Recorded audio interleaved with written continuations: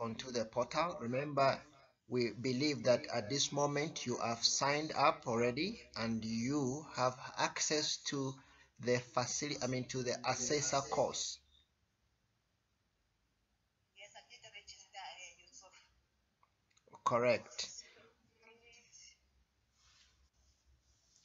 Now, once you register the course onto the portal is an integrated learning system that is also downloadable onto your smartphone, that you can be able to view, have information delivered to you through your smartphone, and also be able to communicate to us, send a notification, submit an assignment through your phone.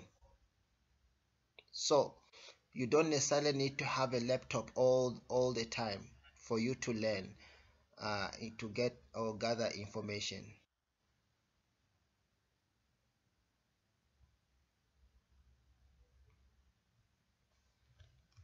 Are we together? Yes, we are together, Yusuf. We are together, yes. Okay, I don't want you to be distracted. If you're failing to get some of that information, I can assist you at a later stage to link you to wherever you want to get such information. Okay, because I'm just opening the laptop because I did download your. Okay, carry on, Yusuf. Carry on. Okay, just about the laptop for now. Okay, let us run through the review because we have limited time. Yes. Yeah, let us run through the review on the program. Then after the review, me and you, we can do that at a later stage, maybe tomorrow morning, and then I take you through the integration of the system and how you can be able to submit your assignments and how to complete them, right? Yes. So that one, don't need to stress about it. You'll get through over it. However, I'll encourage you to download our app, Neo LMS. You need to download our app onto your phone called Neo LMS. That app will take you through straight to your system, and then you'll be able to have access 24/7. Yes, thank you. And you have your app. You have the app already.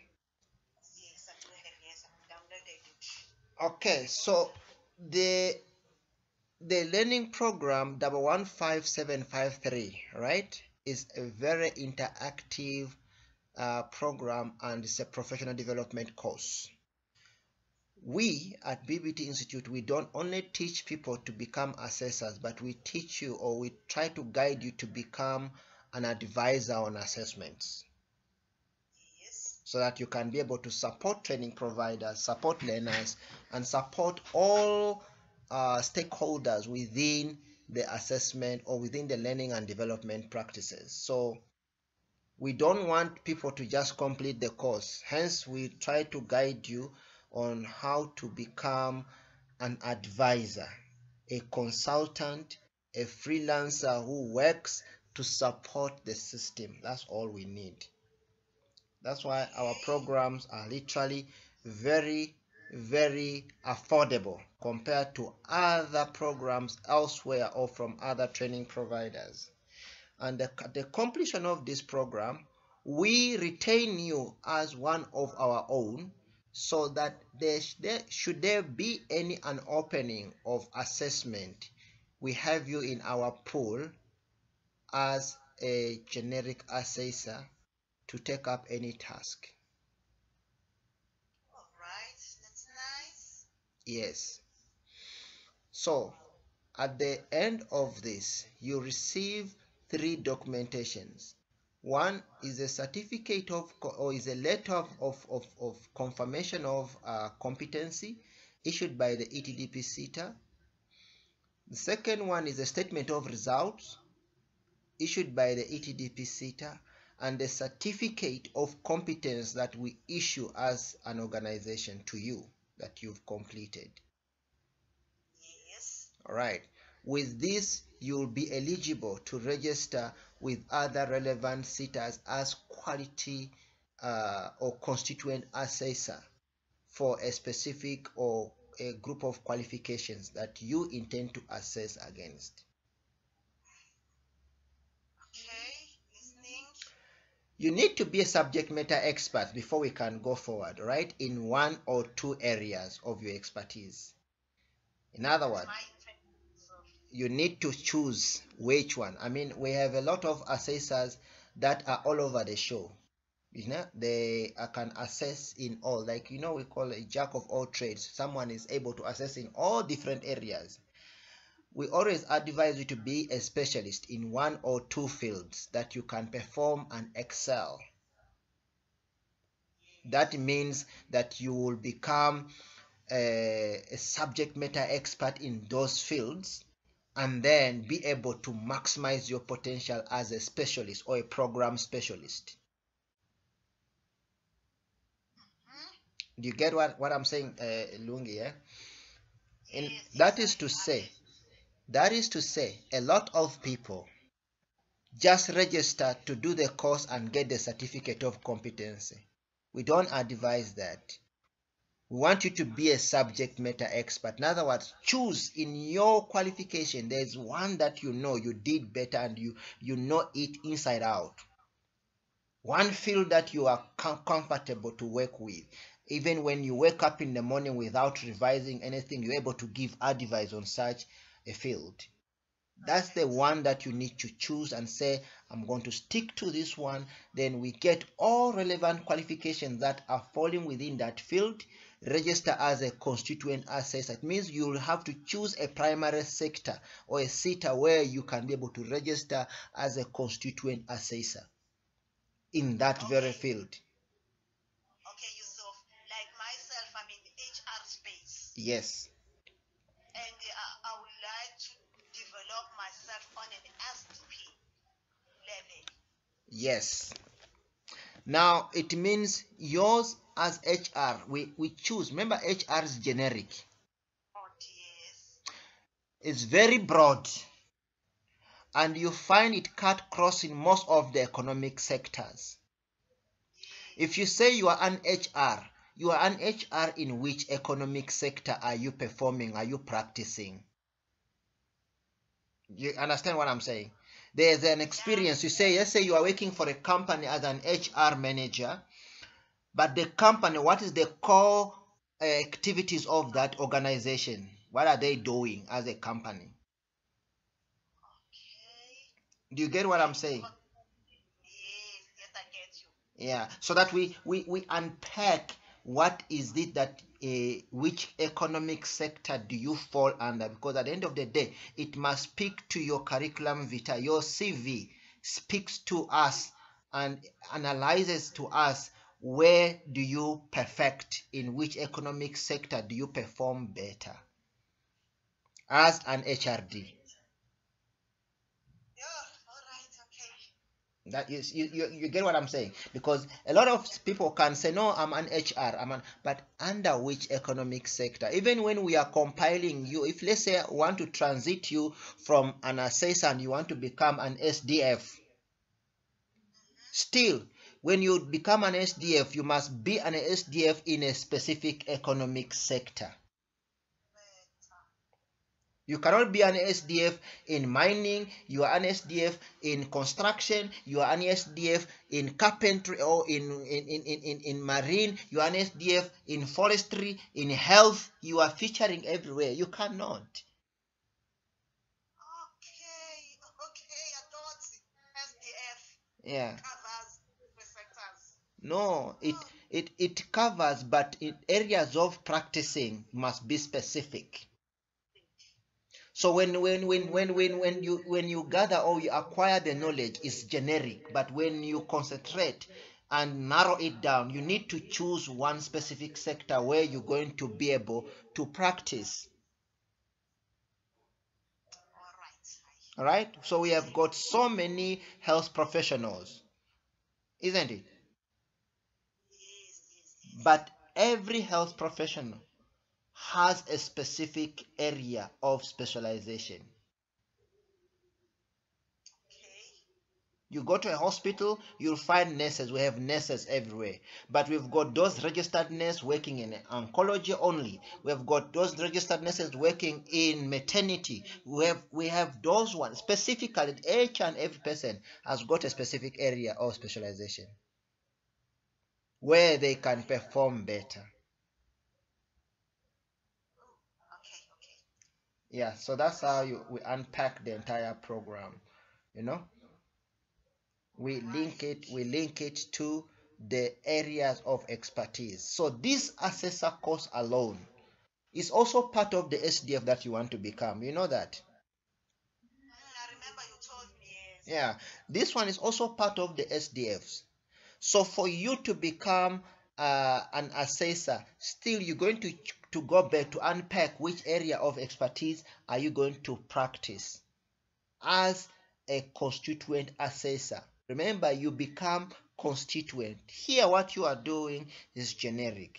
But at the end of the day, you need to become constituent. In other words, a specialist in one area or in a group or two, one or two areas where you can perform better. All right, Sylvia, I get you. Yeah. So let's flow. That is it, that to take you through to the understanding, the unit standard itself is aligned to 5 specific outcomes. Okay? Now, I'm not going to just run them through. I want to get through to unpack each outcome. Okay? By the time we finish to unpack this outcome, you will be an assessor generically. And then all what will be required of you is to complete assessments, submit the portfolio of evidence, and then be declared competent. But now let us look at the first aspect, the first outcome. Demonstrate an understanding of outcome-based assessment. Now, I won't run through to give you a full understanding, but it drives us back. One, why do you want to become an assessor, or why do you want to become an SDF? Do you get what I'm saying? Yeah. That is the purpose. What is your reason? I don't know. I have my own why I teach. Ne? You have your own why you want to become an assessor. A lot of people lose it from that moment because they just want to complete this assessor course. Someone promised them something and then doesn't serve a purpose. What is the reason why you want to become an assessor? Go through to the depth of demonstrating an understanding of outcome-based assessment, because that purpose that you have in you, that you want to become an assessor, it means there is a niche, there is a market, there is a need somewhere where you need to perform your expertise, to take your knowledge, to take your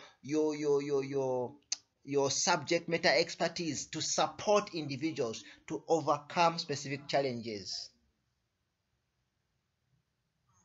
That is the first outcome. The first outcome is actually demonstrate. When we say demonstrate an understanding of outcomes based assessment, that is to say, one, you're gonna we shall unpack for you, why do people become assessors? Number two, why do we have to conduct assessment? Number three, how do we conduct assessment? Number four, when do we conduct assessment? Number five, what do we do after conducting assessment? What do we do then? What is it? Okay, after assessment, what is it? Why do I have to conduct assessment? I've done it, conducted assessment. So, and then what? Reasons why. Those are the outcomes. That's why we say outcome based.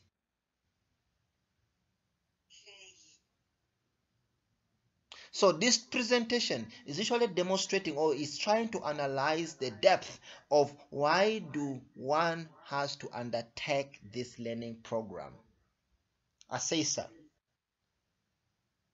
After understanding, ma'am, that you are in need of becoming an assessor because of your own, maybe you want promotion, or you have seen that there's a lot of gaps within education and training development practices, or you have seen you want to become a workplace assessor, you want to analyze your workplace individuals or workers within your organization, or activities that people are undertaking in your organization, and you feel like you can give support to improve production, then means you want to take up this assessor, because assessor takes you through analysis. You become an analyzer of situations and then come up with solutions. Those are the tools to mitigate those problems.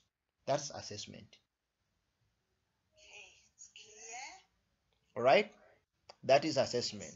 So if you anyway you want to set standards and test individuals' competence against those standards, it means you need to take up assessment. That is the entire purpose of assessment. There's a standard that you have set, and people must meet that standard. So for them to meet the standard, you need to conduct assessment on them. You hire an employee, and they have promised you that they can do better. They are so good. They can convince you because they are good at communicating. They have too much English. And then after hiring them, they are unable to perform. You are an HR. You normally see those things. So what do? Do you fire them after 1 month of non-productive activities or measures? What do you do with them? You see, it takes you to your labor practices. What do you do? Yeah, you hired people. They promised you were having a vacancy. You saw with it goes from the beginning, recruitment part of it. Why do you recruit these people? Why are you hiring them? What is the purpose? What value do they have? What are they going to add onto the company if they come? What activities are they going to perform for the company to move forward? Because you don't do it to hire people, you do it for the benefit and the betterness of the organization, right? Exactly. So if the organization cannot achieve its objective, it means whoever has been hired in that position is not performing, right? So if it's not performing, what do you do as an HR assessor? Go back and assess. Exactly. You go back and conduct an assessment. Now, in terms of you as an HR person, you will conduct what is called a performance appraisal, right? Yes. You get what I'm saying? It means you will conduct a performance appraisal on to how they are performing in the workplace from the beginning to the end, from time management, from activities, from punctuality, from communications, from engagement, from teamwork to leadership, to all those things. You're going to combine and see if they fit into them, and if they are able to fit, can they be able to produce something good out of. If they cannot, then you say, listen, this is what you, because through that assessment you'll be able to analyze which areas of deficiency do they have. They don't have some information or skills in specific areas. Then you say you don't have ABCD skills, yet your CV you indicated you have such skills, but according to our assessment, we found that these skills are lacking, hence you are not performing to your ability or to our own expectations. So either you take up a course to learn more, or we're going to replace you so that we can find a better person or a competent. So you have a backup. Even when you go to CCMA, Mama, when they take you to CCM, you fired them, you'll have a backup because you went through the assessment process before you can actually release them of their duties. So you can see, you as a person, your assessment is not only just to complete education. No, I want to, you are not going to go into education. Now, in your case, you become what is called an HR assessor. It means you are a workplace assessor. That term workplace assessment, people don't understand it. Me too, Yusuf. Yeah. I never understood it. So workplace assessment also comes or is embedded within this unit standard assessor training, because it unpacks for you what you need to do as a worker within your workplace. Any task that has been given to you, you need to lead it from the front and be able to support up to the end. So you are an assessor. So if you are an assessor in the workplace, we call you a workplace assessor. In other words, as an HR, you are able to support the organization to meet its target by hiring and getting competent, active individuals in positions that fits them. That's what ANC needs to do. Yeah, we deal a lot with YPTs and TITs. Yeah. Yes. All right. Yes. So going back now into our own program here, for you to be able to pass this course, you need to understand also our own field in education and training development practices. That is to say, if you say you're going to assess someone, you're going to look at the areas where they cannot perform, you will need at the end of the day to suggest specific learning interventions that they must undertake for them to perform better. Do you get what I'm saying? So if you are going to propose specific learning interventions, it means you need to know the system of education and training within South Africa and beyond. Yeah, so broad, okay? Yes, it means you will have to, because how can you propose programs that you have no idea of? You will need to propose programs based on to your knowledge that according to this person's report, I think we need to put him on communication skills. You get what I'm saying? You propose. So communication up to what extent? No report, they don't know how to write reports. Report writing. Okay, report writing.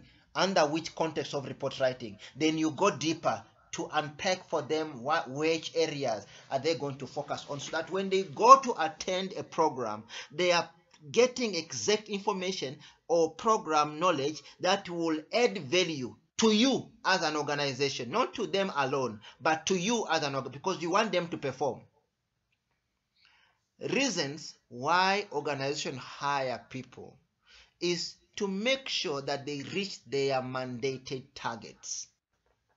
That's all. That's why we hire people to fulfill our purpose and the targets that we want to reach.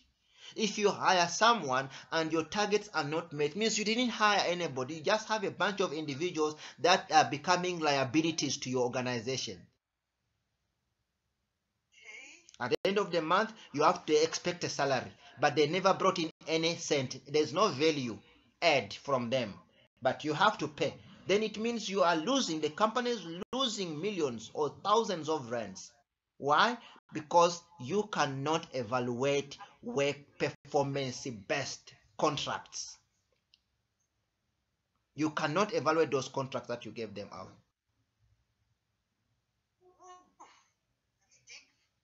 Yeah, that is assessment, ma'am. Okay. All right. Get to you so it's more clear. After understanding assessment in our own, you'll need to understand learning programs. Which programs are you able to align individuals on based on your evaluations?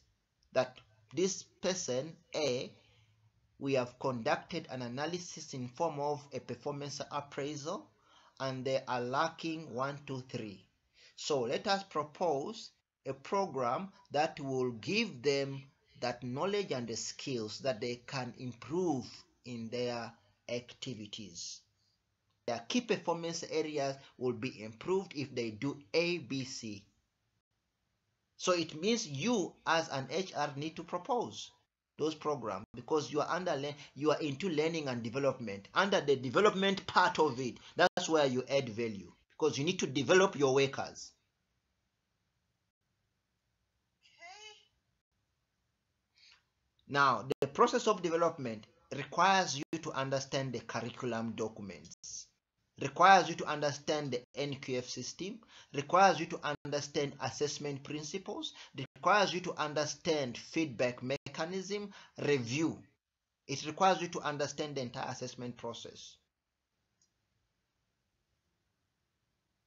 That even if you get a training provider or you source out someone, a service provider, to come and offer such, they will not give you crap. They will give you what you know and what is best for your organization. Haven't you seen people just jump onto getting those RFQs to say, no, we need to train people, and then the next thing, there's no value in the course that has been done. Yes, it has happened a lot. Yeah, there's no value. Why? There's no follow-up, there's no evaluation, there's nothing that adds value to the organization, except people have gone out to do a course and the organization has paid money. Yeah, that's the norm these days. You get what I'm saying? There's no value add. Okay.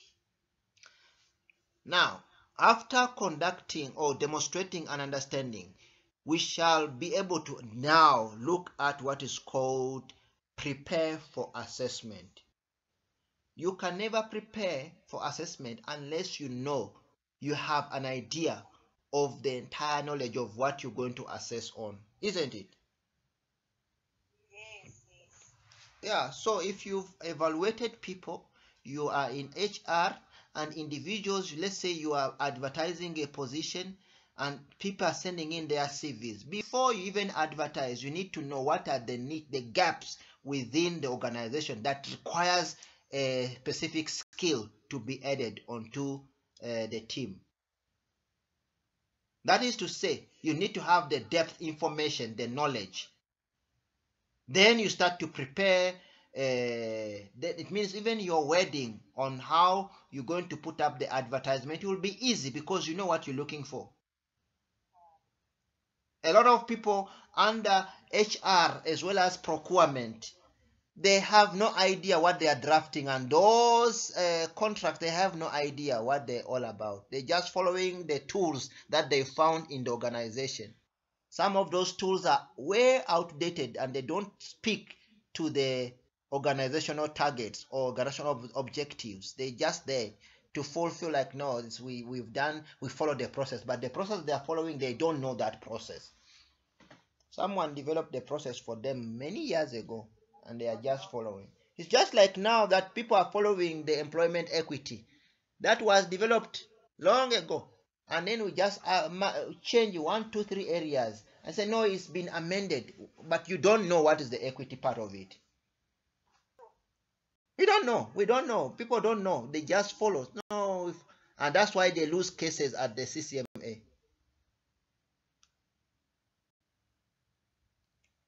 Because then they cannot articulate better when they hire people.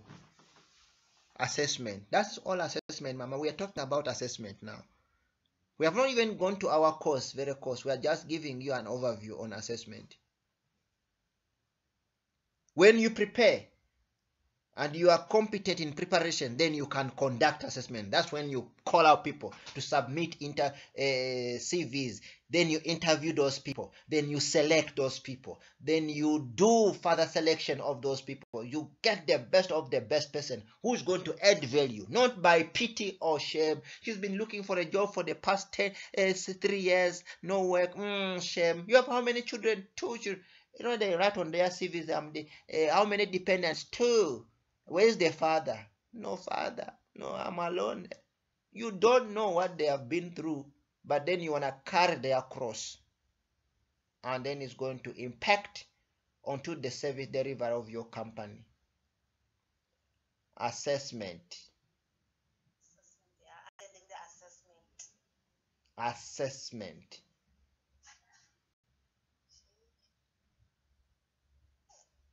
All right. Provide feedback on assessment and then review assessment. Those are the simplest one. But the part that is very much interesting is the part on assessment. the part on assessment, that is understanding outcomes based assessment. What is it?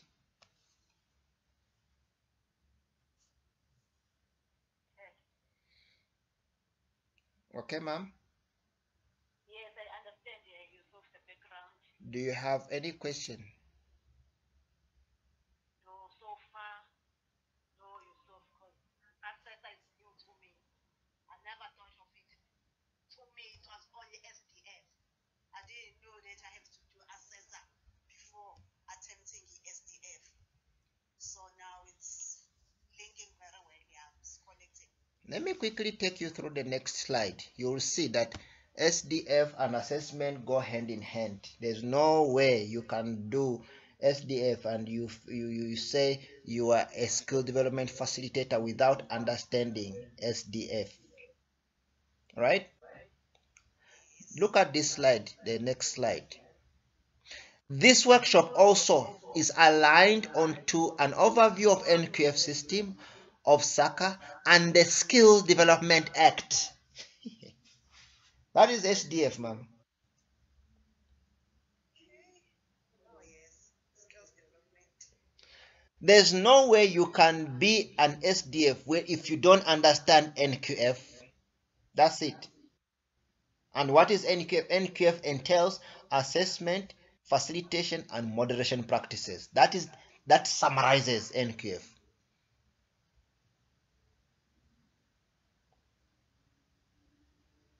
The National Qualification Framework is designed onto the principles on how it's going to be delivered, how it's going to be assessed, and how it's going to be exited. That is NQF.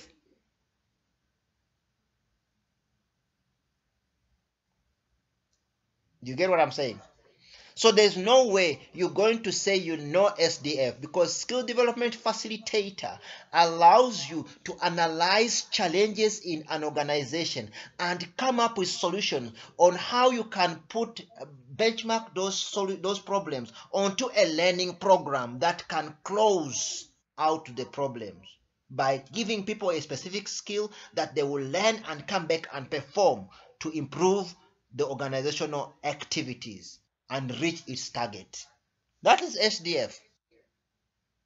So the process of analyzing involve profiling of employees, involve vetting of employees, involve choosing specific skills required or that are not existing in the company.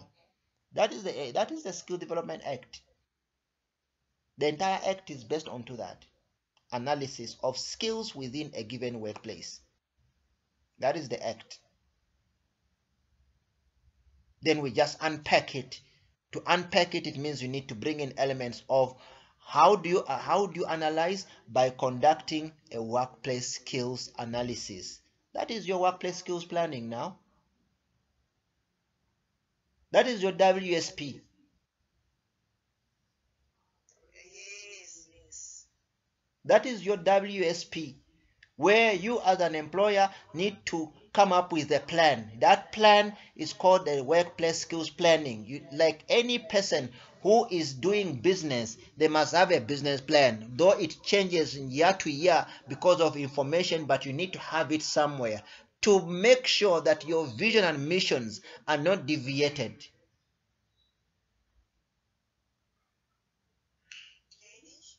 So the same applies to this plan, to say in the next 5 years, we need to be to somewhere, we need to open up branches across South Africa. How are you going to do that? You will need marketers, you need sales consultants, you will need so. You have increased the budget to so. These are the products that you're going to be giving out or the services. All that leads to skilled labor force. Without skilled labor force, you cannot reach those targets. It's the SDF who can reach you to that target, but through assessment. He cannot reach through without through assessment. That's why for us nowadays we don't encourage people to take up learnerships. Yeah, we don't encourage people to take up leadership because they don't serve any more of the purpose. The purpose has died out long time ago. It died when it started. It was a good initiative, but it died when it started. Chains are not same.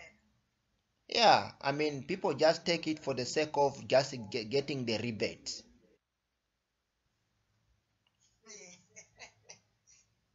That's all. Yes. Yeah, that's all. They just take it up. No, we need to get this grant out. Then they take that money. Oh no, we are paying. We need to get that mandatory money back. The grant. So they just do for the sake of collecting money back, not to improve the organization.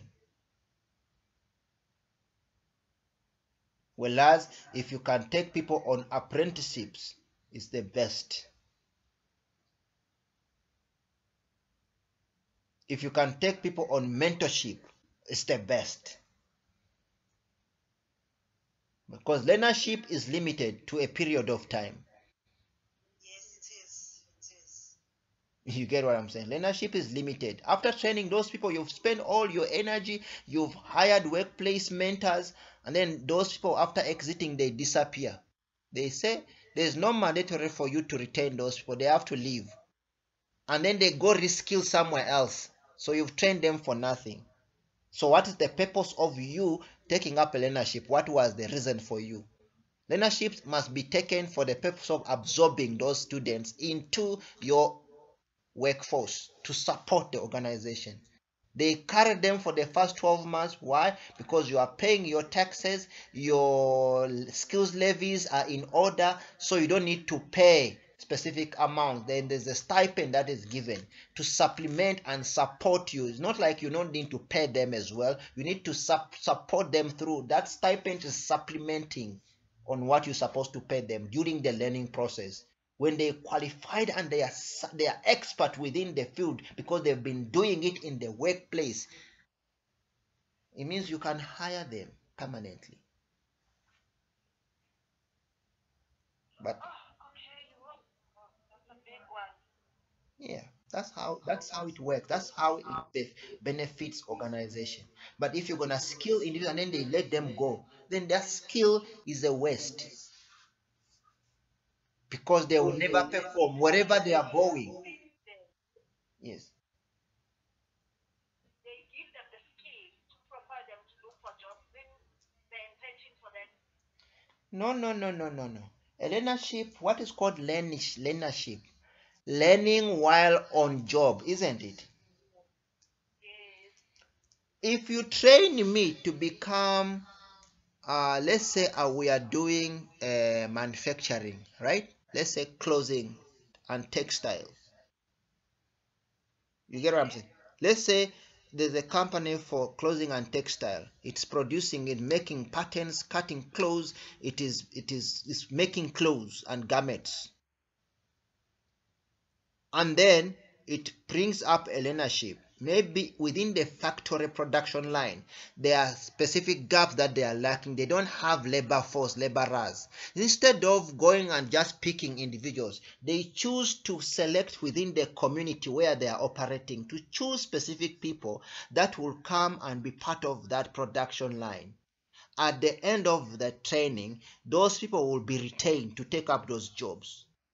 Learnerships are supposed to be done within the areas where work is provided or services are done. Like an example, if you have a company, where do you work?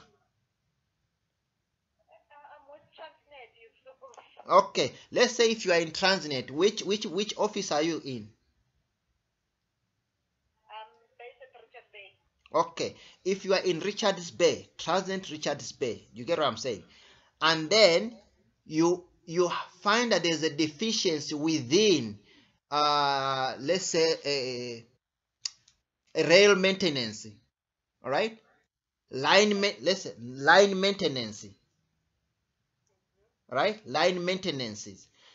It means you've done a research with agree. Remember, within Transnet you have got specific sectors of operations, different areas of operations, that each and every department has got a specific area where they have to focus. The Transnet, that is your office in Richards Bay, cannot is not the one that is doing hiring for unless I'm wrong, unless it's like ESCO. It's not the one that is hiring people here in Johannesburg, Transnet Johannesburg, here at the ID Park or station, whatever that's that side. I'm sure it's not. It might not be the same. We also find that the office is also different. They have their own operations that are happening here might differ from whatever is happening that side. The workforce that is required in that area or in that region or in that sector where you are might be different. That you need so much manpower, you need so much so. You have your own targets that you need to bring so much, you need to move so many goods, you need to service the harbor also. So you have your own specific targets and you have your operations that they are running, but they might be short because of laborers or workmanship, those forces that you need. So within the human capital development, you say, no, let us put out a learnership to support or to increase production within this area. So it means your learnership is focused for a specific area. So you cannot say you're going to put up a learnership, let's say, which is generic. Generic learnership, that's why I say they fail, because at the end of the day, there's no production. At the end of the training, learners will leave because learnership is ended and the Transnet is not willing to hire people because there's no value add if they hire them. Then they will start to bring in issues of budget. We don't have a budget for more people, or all sorts of that. Why? Because there's no analysis that has been done. There's no proper assessment done to mitigate, to find where do we lack manpower, where do we lack specific skills. Then you bring in a content of a program that is going to add value. When people are taught or they learn onto that program, they're going to close the gap that has been there for a period of time. And then when they come in, they are not going anywhere because they are needed in that area. So it means when they finish, they don't go. They are absorbed because they are needed. So if you say you're going to train people that they can look for their own jobs, which jobs have we prepared for them?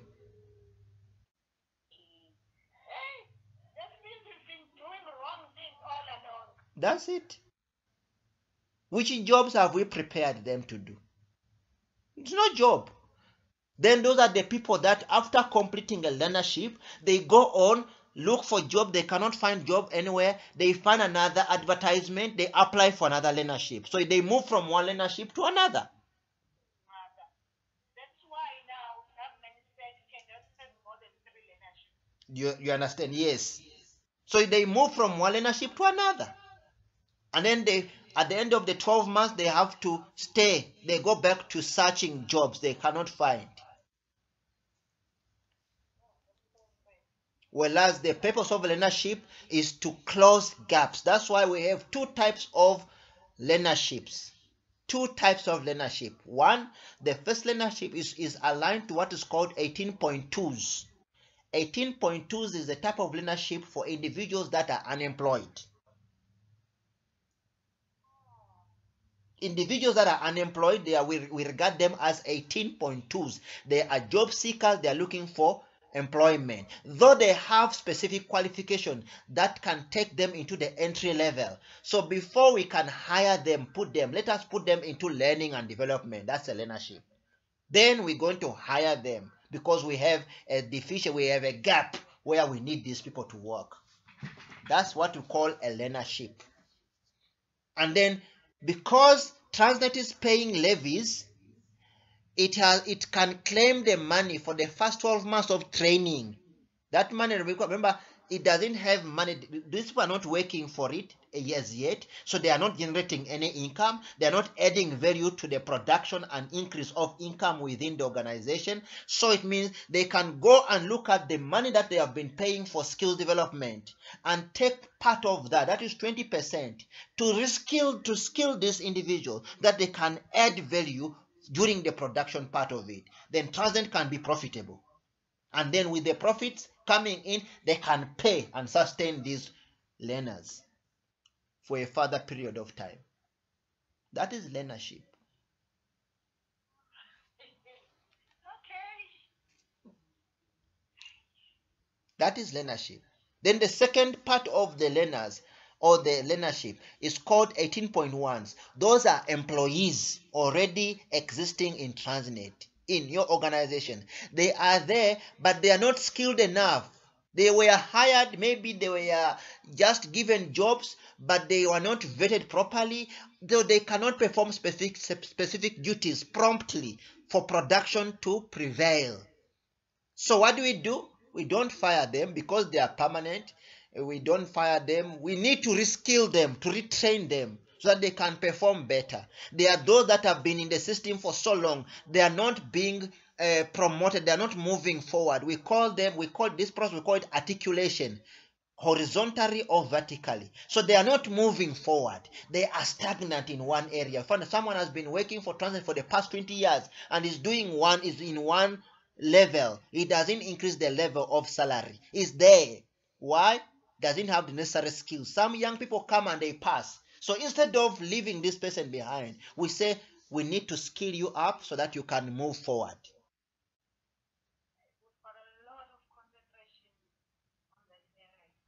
You need to bring me on board now.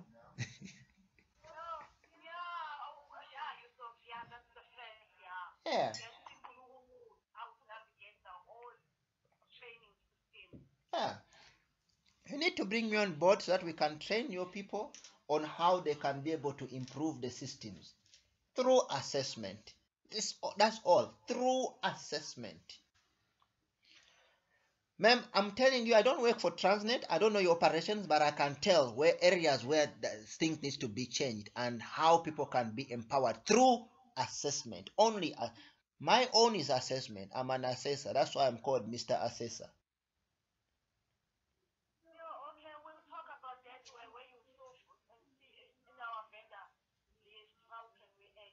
Yes.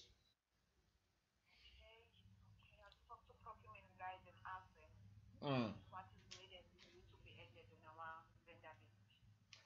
So once we do that, you'll see change will happen fast because the principles of assessment are happening and they are helping, they are turning around things. All right? Now, after demonstrating the NQF system, SACA, and the skill development that we've just spoken about through those leadership and stuff, then you need to understand the principles of assessment and the methods, the approaches towards specific assessment tasks or portfolios. How do you assess? How do you approach? You find that there's an area where there is no movement, there's no performance, people are reluctant. And by the way, if you come too much on them, you know now, you see where we are, the country is very hostile. Ne? You bring in too much of your wiseacring, you know too much, people will take you out. Before you know, you have so many enemies in the workplace. So how do you do that? It's through assessment. How do you minimize enemies in the workplace so that you can be able to assess them with the need that they also need to be helped? Because some people do not accept change. You know that? The principles of management is change management. When something new is coming in, I'm telling you, people will fight you. But if you are an assessor, no one will fight you because you will have approaches on every circumstance and situation, how you deal with such individuals, how you deal with situations. Assessment. So the principles of assessment will be able to guide you on how you conduct assessment in the workplace. How do you talk to people? How do you get them involved? How do you engage? Even those that are very difficult can be put into order through assessment. You may exactly.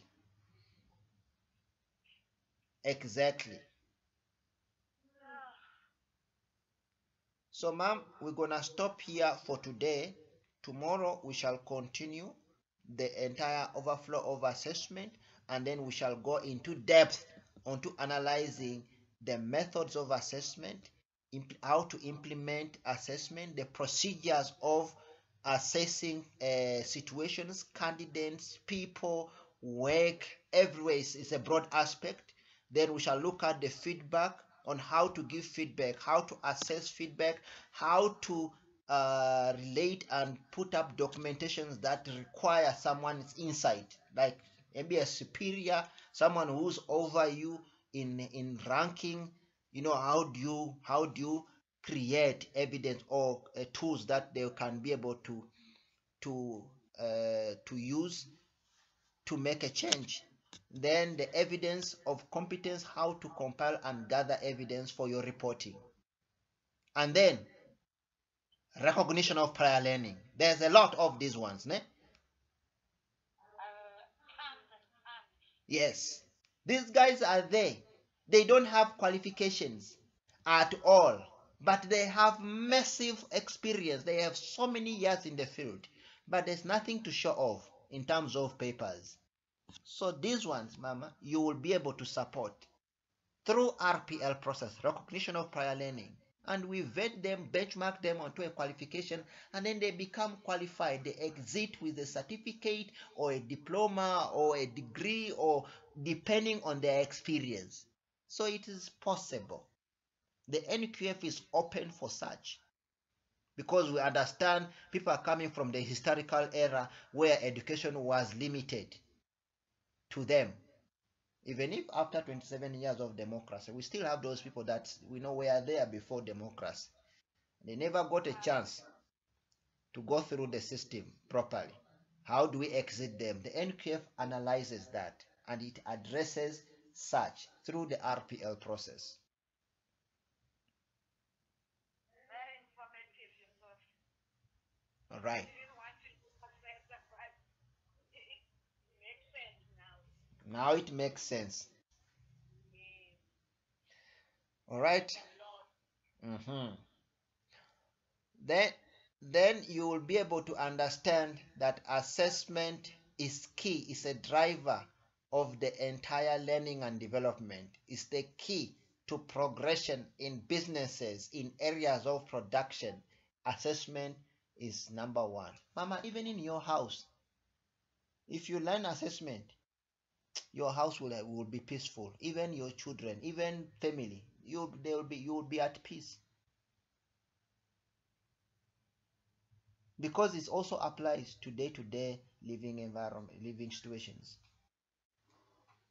I'll talk to you about that tomorrow.